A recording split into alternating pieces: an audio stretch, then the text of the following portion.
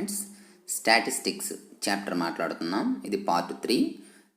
తెలుగు మరియు ఇంగ్లీష్ రెండు both mediums విద్యార్థుల సౌకర్యార్థం క్లాసెస్ అనేవి తెలుగు మరియు ఇంగ్లీష్లో చెప్పబడుతున్నాయి, గమనించగలరు. మరి స్టాటిస్టిక్స్లో ఇది థర్డ్ పార్ట్ అమ్మ. ఇందులో మనం డిస్కస్ చేయబోయేవి ఏంటి అంటే, first of all classes are 2 types. Already ఇంతకుముందు మనం మాట్లాడాం. Classes are 2 types. That is one is inclusive classes and exclusive classes. ఇంతకీ ఆ ఇన్క్లూజివ్ క్లాసెస్ ఏంటి, ఎక్స్క్లూజివ్ క్లాసెస్ ఏంటి అంటే విలీన తరగతులు, మినహాయింపు తరగతులు. ఏంటి విలీన తరగతులు, మినహాయింపు తరగతులు? అవి రావడానికి గల కారణం ఏంటి ఒకసారి చూద్దాం. For example, first of all we can observe inclusive classes. Inclusive classes అంటమ్మా విలీన తరగతులు. తెలుగులో ఏమంటామంటే విలీన తరగతులు. ఇన్క్లూజివ్ క్లాసెస్ విలీన తరగతులు అంటాము. తెలుగులో చూడండి, విలీన తరగతులు. ఏంటి విలీన తరగతులు, ఇన్క్లూజివ్ క్లాసెస్ అంటే చూద్దాం. సో వీ అబ్జర్వ్, జాగ్రత్తగా మీరు అబ్జర్వ్ చేసినట్లయితే ఇక్కడ క్లాసెస్ చూడండి ఒకసారి అమ్మా. 1 to 10, 11 to 20, 21 to 30, 31 to అంటే 1 to 10, 11 to 20, 21 to 30, 31 to 40 and so on. So you observe these 4 classes. ఏం అబ్జర్వ్ చేశారు మీరు ఇక్కడ చూడండి. ఇక్కడ కంటిన్యూస్ అనేది మనకి మిస్ అయింది. అంటే ఇక్కడ 1 to 10, 11 to 20, 21 to 30, 31 to 11 అంటే 10తో క్లోజ్ అయింది, ఇక్కడ 11తో స్టార్ట్ అయింది. ఓకేనమ్మా, ఇక్కడ చూడండి 10తో క్లోజ్ అయ్యి ఇక్కడ 10తో క్లోజ్ అయ్యి ఇక్కడ 11తో స్టార్ట్ అయింది. అండ్ అలాగే ఇక్కడ 20తో క్లోజ్ అయ్యి ఇక్కడ 21తో స్టార్ట్ అయింది. ఇక్కడ 30తో క్లోజ్ అయ్యి 31తో స్టార్ట్ అయింది. అంటే దాని అర్థం ఏమిటి, అక్కడ మనకి క్లాసెస్ అనేవి మధ్యలో కొన్ని మిస్ అయ్యాయి. ఫర్ ఎగ్జాంపుల్, ఇక్కడ మీకు 50 వరకు మార్క్స్, కొంతమంది స్టూడెంట్స్ మార్క్స్ని ఇక్కడ వేసాను. ఒక 50 మార్క్స్ కొనుక్కుందాం. ఫర్ ఎగ్జాంపుల్ 10, 15, 16 ఇవి వచ్చిన మార్క్స్ అనమాట. 9, 10.5, అలాగే 20.5, 15.5 ఈ మార్క్స్ వేసాను నేను. ఇప్పుడు ఈ మార్క్స్ మనం ఏ క్లాస్లో ఐడెంటిఫై చేస్తాం, జాగ్రత్తగా చూడండి. సో 10 అనేది 1 to 10 క్లాస్లో ఓకే. 15 అనేది 11 to 20 మధ్యలో క్లాస్ ఉంది కాబట్టి ఈ మధ్యలో 15 అనేది ఉంటుంది. 16 సేమ్ ఇదే క్లాస్లో ఉంటుంది. 10.5 so we face a problem, that is 10.5 belongs to which class? 10.5 అనేది పైదానిలో ఏ క్లాస్లో ఉంటుంది మనకి తెలుసా? తెలీదు. చూడండి, ఇక్కడ 1 to 10 ఉంది, ఇక్కడ 11 to 20 ఉంది. అంటే ఫస్ట్ క్లాస్లో 10 వరకు, సెకండ్ క్లాస్లో 11 to 20 వరకు, కానీ 10.5 అనేది ఇక్కడ మనకు మిస్ అయింది. సో ఇటువంటి వాటిని మరలా మనము ఎక్కడైనా పెట్టాలి అంటే ఈ క్లాసెస్ అనేవి మనకి సరిపడవు. ఓకేనా? ఇటువంటి ప్రాబ్లమ్ సాల్వ్ చేయడానికి నెక్స్ట్ క్లాసెస్ అనేవి మనమే కొనుక్కోవడం జరిగింది. వాటినే ఎక్స్క్లూజివ్ క్లాసెస్ అంటారు. మరి ఇప్పుడు ఇన్క్లూజివ్ క్లాసెస్ అంటే ఏమిటి, జాగ్రత్తగా అబ్జర్వ్ చేయండి అమ్మా. ఇక్కడ మనకి ఏమైంది, జాగ్రత్త చూడండి. 1 to 10, 11 to 20, 21 to 30, 31 to 40, 41 to 50. So we observe. జాగ్రత్తగా గమనించండి మీరు. ఇక్కడ మీరు గమనించినట్లయితే ఇలా చూడమ్మా, ఈ 2 classes, అలాగే ఈ 2 classes, అలాగే ఈ 2 లిమిట్స్. ఈ 2 లిమిట్స్ని చూడండి. ఇక్కడ 10 is the upper limit of the first class, 11 is the lower limit of the next class. ఇక్కడ చూడండి, 30 is the upper limit of the this class, 31 is the lower limit of the this class. So మీరు ఈ క్లాసెస్ని అన్నీ observe చేసినట్లయితే ఈ క్లాస్లో ఉన్నటువంటి upper limit, next క్లాస్లో ఉన్నటువంటి లోవర్ లిమిటు ఈక్వల్గా లేవు, నాట్ ఈక్వల్. అంటే ఈ తరగతిలో ఇది చూడమ్మా, 1 to 10లో తరగతిలో ఇది అప్పర్ లిమిట్, ఇది లోవర్ లిమిట్. ఈ రెండు ఈక్వల్ ఉన్నాయా? లేవు. ఎగువ అవధి, దిగువ అవధి. అలాగే ఇక్కడ ఎగువ అవధి, దిగువ అవధి, ఎగువ అవధి, దిగువ అవధి, ఇవి ఈక్వల్గా లేవు. ఈ విధంగా ఏ క్లాసెస్లో అయితే అప్పర్ లిమిటు అండ్ నెక్స్ట్ క్లాస్లో ఉన్నటువంటి లోవర్ లిమిటు ఈక్వల్గా ఉండవో వాటిని మనం ఏమంటామంటే ఇన్క్లూజివ్ క్లాసెస్, విలీన తరగతులు అంటాము. ఇక్కడ డెఫినేషన్ ఒకసారి చూడండి అమ్మా. The class in which upper limit of one class is not equal to lower limit of its succeeding class are called inclusive classes. మీరు ఇక్కడ గుర్తుపెట్టుకోవాల్సిన మెయిన్ పాయింట్ ఏమిటి అంటే నాట్ ఈక్వల్. ఏంటి నాట్ ఈక్వల్? ఒకసారి చూడండి అమ్మా. ఏంటి నాట్ ఈక్వల్? నాట్ ఈక్వల్ అనే టర్మ్ ఇక్కడ మీరు అబ్జర్వ్ చేస్తే ఈ నాట్ ఈక్వల్ అనే టర్మ్ మీరు గుర్తుపెట్టుకోవాలి. ఏంటి నాట్ ఈక్వల్ అంటే ఒక క్లాస్ యొక్క అప్పర్ లిమిటు సక్సీడింగ్ క్లాస్ యొక్క లోవర్ లిమిటు అనేది నాట్ ఈక్వల్ అయ్యి ఉండాలి. ఒక తరగతి యొక్క ఎగువ అవధి తరువాత తరగతి యొక్క దిగువ అవధి ఈక్వల్గా ఉండకూడదు, సమానంగా ఉండకూడదు. ఇంకొక విధంగా కూడా చెప్పొచ్చమ్మా దాన్ని. ఏ విధంగా చెప్తాము? ఒక తరగతి యొక్క దిగువ హద్దు దాని ముందు తరగతి యొక్క ఎగువ హద్దు సమానంగా లేకపోయినా, అంటే lower limit of the one class next upper limit of the preceding class. Succeeding class అయితే క్రిందకి, ప్రిసీడింగ్ క్లాస్ అయితే ముందుకి. ఆ విధంగా కూడా చెప్పచ్చు. ఇదే డెఫినేషన్ని. The class in which lower limit of the one class is not equal to upper limit of its succeeding బదులు ఏమొస్తుంది ఇక్కడ మనకి?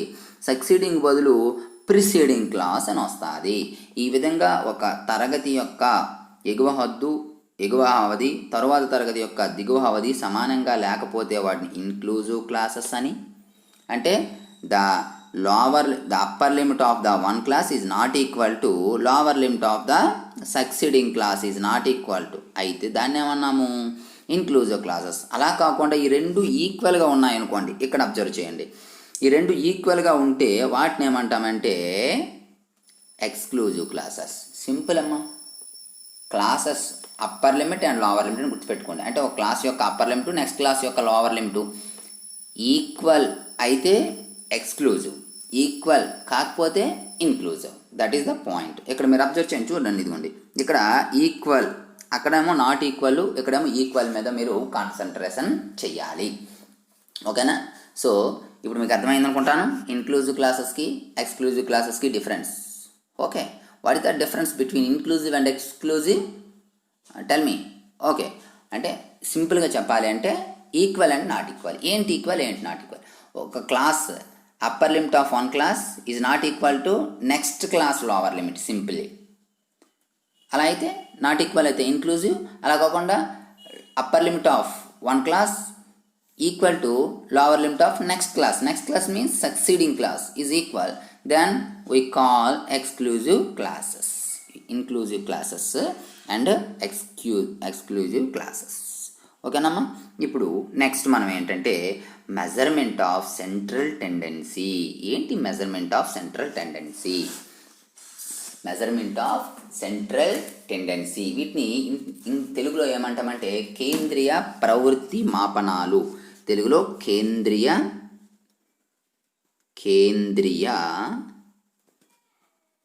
ప్రవృత్తి మాపనాలు. కేంద్రీయ ప్రవృత్తి మాపనాలు అంటారు. So measurement of central tendency, కేంద్రీయ ప్రవృత్తి మాపనాలు. ఏంటి కేంద్రీయ ప్రవృత్తి మాపనాలో జాగ్రత్తగా అబ్జర్వ్ చేయండి అమ్మా. స్టాటిస్టిక్స్లో ఈ 3 చాలా చాలా ఇంపార్టెంట్.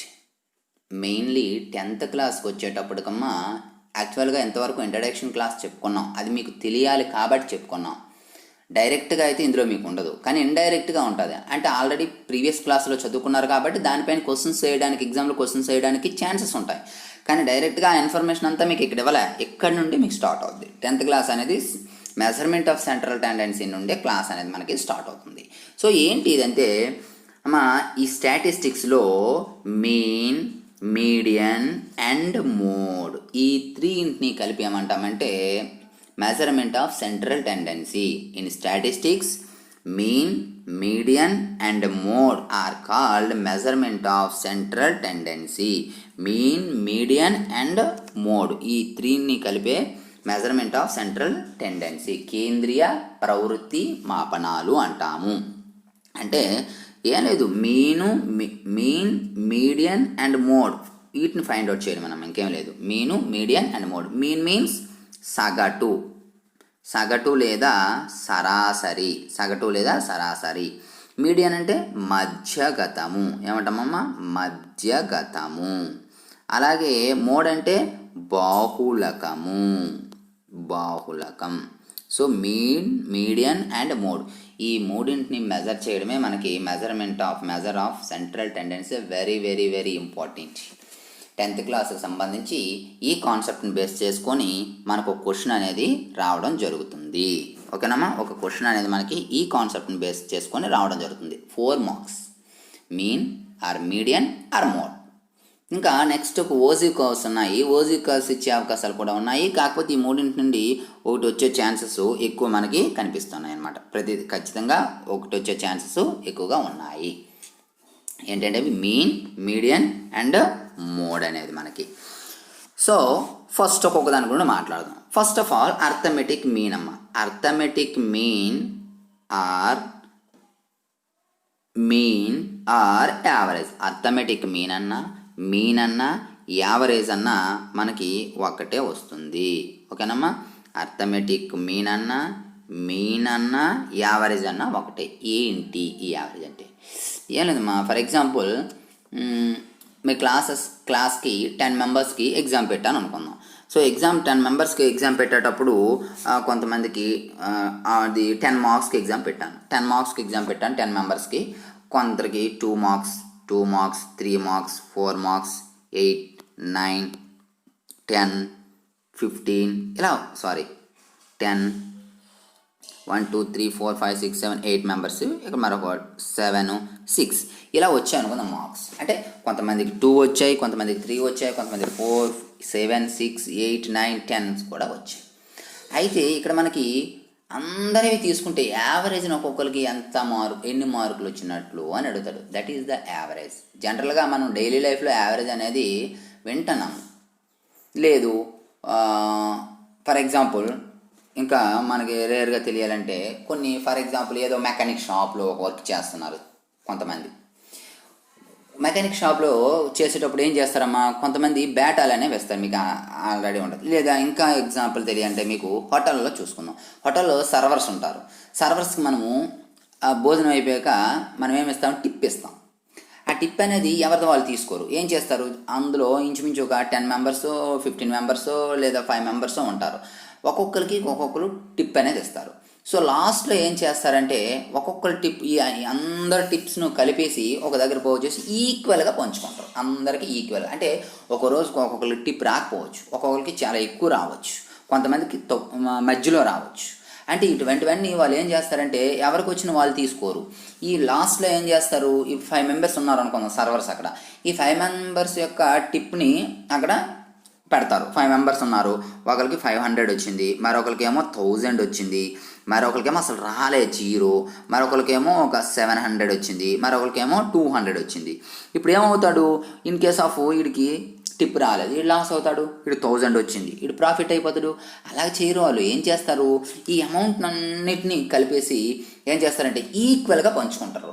ఆ ఈక్వల్గా పంచుకోవడాన్నే మనం ఏమన్నామంటే యావరేజ్, సరాసరి అన్నాము. ఓకేనమ్మా, ఈ 5కి వచ్చినటువంటి అమౌంట్ ఒక దగ్గర వేసి మరలా మొత్తం అమౌంట్ని అందరూ కూడా సమానంగా పంచుకుంటారు, ఈక్వల్గా పంచుకుంటారు. అప్పుడు ఒక్కొక్కరికి ఎంత అమౌంట్ వస్తుందో ఆ అమౌంట్ని యావరేజ్ అమౌంట్ అంటాము. ఫర్ ఎగ్జాంపుల్ 200 వచ్చింది, 400 వచ్చింది అనుకోండి ఒక్కొక్కరికి, లేదా 500 ఒక్కొక్కరికి వచ్చింది అనుకోండి. అప్పుడు ఒక్కొక్కరికి యావరేజ్ అమౌంట్ ఎంత అంటాం, 500 అంటాం. అది ఇండివిజువల్గా అయితే ఒకటి 0 వచ్చింది, ఒకటి 1000 వచ్చింది, ఒకటి 200 వచ్చింది. కానీ యావరేజ్ అమౌంట్ ఎంత, ఫర్ ఎగ్జాంపుల్ 500 అవ్వచ్చు, 600 అవ్వచ్చు, 700 అవ్వచ్చు. అంటే అందరికీ ఈక్వల్. సో అర్థమైంది కదా మీకు, ఎగ్జాంపుల్ అర్థమైంది అనుకుంటున్నాం. అమౌంట్ మొత్తము కలిపి అందరూ సమానంగా పంచుకోవడాన్నే యావరేజ్ అంటాము. మరి అది వాళ్ళకి తెలియకుండా పంచుకుంటారు. అంటే స్టాటిస్టిక్స్ అనేది వాళ్ళకి తెలియకుండా ఆ పని చేస్తున్నారు. అంటే డైలీ లైఫ్లో వాళ్ళు యూజ్ చేశారు. కానీ ఇప్పుడు మనం దాన్ని సబ్జెక్ట్ పరంగా ఎలా చేస్తాము అనేది ఒకసారి జాగ్రత్త చూడండి అమ్మ. ఏం లేదు, ఎలా చేస్తామో చూడండి. ఈ ఎగ్జాంపులే మీకు చెప్తాను, తక్కువ అమౌంట్ తీసుకొని చెప్దాం. ఈ ఎగ్జాంపులే చూడండి, 5 మెంబర్స్ తీసుకున్నాము. ఈ 5 మెంబర్స్కి ఒకటికి తక్కువ అమౌంట్ తీసుకుందాం సమ్ ఈజీ కోసం 20, మరొకటికి 30, మరొకటికి 70, మరొకటికి 20, మరొక క్యాండిడేట్కి 10 వచ్చింది అనుకుందాం. ఓకేనమ్మా, 20, 30, 70, 20, 10. ఇప్పుడు వీళ్ళు అమౌంట్ పంచుకోవాలి కదా. ఎలా పంచుకుంటారు చూడండి, ఇక్కడ 20 ఉంది, ఇక్కడ 30 ఉంది, ఇక్కడ 70 ఉంది, 20 ఉంది, ఇక్కడ 10 ఉంది. అంటే ఈ 10ని ఇలా బేస్ చేసుకుంటూ 70లో ఎంత ఎక్సెస్ ఉంది, 60 ఎక్సెస్ ఉంది, 30లో ఎక్సెస్ ఎంత, అంటే ఈ 60ని అందరికీ ఈక్వల్గా పంచేయండి. అలాగే 20 ఎక్సెస్ ఉంది, మరి దీన్ని పంచుకోవాలి. ఈ విధంగా ఒక్కొక్కటి అందరూ పంచుకోవాలి, అది ఒక మెథడ్. అలా కాకుండా ఇప్పుడు మనము ఇక్కడ ఈజీ మెథడ్ ఏంటి అంటే ఎలా చేస్తామంటే very simple. First of all ఏం చేస్తారంటే ఈ అమౌంట్ అంతటిని యాడ్ చేసేయండి అమ్మ. అంటే ఎలా చేయాలి, అమౌంట్ అంతటిని యాడ్ చేయండి. 20 ప్లస్ 30 ప్లస్ 70 ప్లస్ 20 ప్లస్ 10. ఓకేనా, టోటల్ అమౌంట్. దీన్ని ఏమంటామంటే సమ్ ఆఫ్ అబ్జర్వేషన్స్. ఇక్కడ 20, 30, 70, 20, 10 అనేవి observations. Sum of observations by ఈ టోటల్ అమౌంట్ ఎంతమంది పంచుకోవాలమ్మా, ఎంతమంది షేర్ చేసుకోవాలి. టోటల్ అమౌంట్ 1, 2, 3, 4, 5 మెంబర్స్ కాబట్టి బై 5 వేస్తారు. So 20 plus 30 50, 50 plus 70 will be 120 plus 20 140 plus 10 150. So total amount మనకి వచ్చేసి 150 అమౌంట్ వచ్చిందమ్మా. ఈ 150 అమౌంట్ని ఎంతమంది షేర్ చేసుకోవాలి, 5 మెంబర్స్ షేర్ చేసుకోవాలి. అంటే ఇదేమిటి, సమ్ ఆఫ్ అమౌంట్ అంటే టోటల్ అమౌంట్. ఇది number of persons. 5 ones are 5, 3s are 15, 0కు 0. అంటే ఈచ్ క్యాండిడేట్ గెట్ 30 రూపీస్. అంటే ప్రతి ఒక్కరికి సమానంగా పంచుకుంటే ఎంత వచ్చింది, 30 రూపీస్ అనేది వచ్చింది. అంటే దాని అర్థం ఏమిటి, యావరేజ్ అమౌంట్ అనేది ఒక్కొక్కరికి ఎంత వచ్చిందమ్మా, 30 రూపీస్ అనేది రావడం జరిగింది. This is the average. మరి ఇది మనం ఎలా చేసాము ఒకసారి చూడండి. ఏంటి చేసాం, 150ని 5తో డివిజన్ చేసాం. సో 150ని 5తో డివిజన్ చేసాం. అంటే 150 మీన్స్ సమ్ ఆఫ్ అమౌంట్. ఇక్కడ మనం ఆ అమౌంట్స్ని ఏమన్నాము, అబ్జర్వేషన్స్ అన్నాం. అంటే sum of observations divided by ఇదేంటి, నెంబర్ ఆఫ్ అబ్జర్వేషన్స్. మెంబర్స్ అక్కడ నెంబర్ ఆఫ్ అబ్జర్వేషన్స్. అంటే సో యావరేజ్ రావాలంటే ఏం చేయాలమ్మా, sum of observations divided by number of observations. Then we will get average or mean or arithmetic mean. అంటే పరిశీలనాంశముల మొత్తం ఇది. ఈ పరిశీలనాంశముల మొత్తాన్ని పరిశీలనాంశముల సంఖ్య పరిశీలనాంశాలు ఎన్నున్నాయో వాటితో భాగిస్తే వచ్చేదే యావరేజ్, సరాసరి. ఓకేనమ్మా, యావరేజ్ సరాసరి లేదా వాటిని సగటు లేదా అంకగణిత సగటు అంటాము. ఇక్కడ చూడండి, మెజర్మెంట్ ఆఫ్ సెంట్రల్ టెండెన్సీలో మీన్ మీడియన్ మోడ్ ఉన్నాయి. సో మీన్ గురించి మాట్లాడాం కదమ్మా. సో ఇక్కడ చూడండి అమ్మా, మీన్ ఈజ్ ఈక్వల్ టు మీన్ని ఎక్స్ బార్తో సూచిస్తాం, ఇండికేట్ చేస్తాం. లేదా మీన్ని ఏఎం అని కూడా అనొచ్చు, arithmetic mean. Arithmetic mean AM అనొచ్చు, ఎక్స్ బార్ అని కూడా అనొచ్చు. So mean x bar is equal to sum of observations by number of observations. Compulsory ప్రతి ఒక్కరికి ఫార్ములా వచ్చేయాలి. Mean average is equal to sum of observations by number of observations. Mean is equal to sum of observations by number of observations. For example ఒక ఎగ్జాంపుల్ని చూద్దాం. ఇక్కడ ఒక example ఇవ్వడం జరిగింది. చూడమ్మా, ఎగ్జాంపుల్ ఏంటి అనేది. ఎగ్జాంపుల్ ఏంటో చూడండి. ఇక్కడ ఒకసారి ఎగ్జాంపుల్ ఇచ్చాను. Find the mean of following observations అన్నాడు. Find the mean of following observations 12, 8, 10, 11, 14, 12, 8 and 5. So వీటి యొక్క మీన్ మనం ఫైండ్ అవుట్ చేయాలి. ఇప్పుడే చెప్పుకున్నామమ్మా మీన్కి ఫార్ములా. Mean x bar is equal to ఏమని చెప్పుకున్నాము, sum of observations by number of observations. Sum of observations అంటే మనకి ఇచ్చినటువంటి అబ్జర్వేషన్స్ అన్నింటినీ యాడ్ చేయాలి. ఇక్కడ ఏంటంటే ఉన్నాయి 12, 8, 10, 11, 14, 12, 8, 5. చూడండి, ఇవన్నీ యాడ్ చేసాం. Plus plus plus plus by number of observations. Number of observations ఎన్ని ఉన్నాయి, 1, 2, 3, 4, 5, 6, 7, 8. సో ఇక్కడ 8 వేసాను చూడండి. నెంబర్ ఆఫ్ అబ్జర్వేషన్స్ అనేవి 8. That is equal to 12 plus 8 plus 10 plus 11 plus 14 plus 12 plus 8 plus 5 ఎంత వచ్చిందమ్మా? we will get 80/8.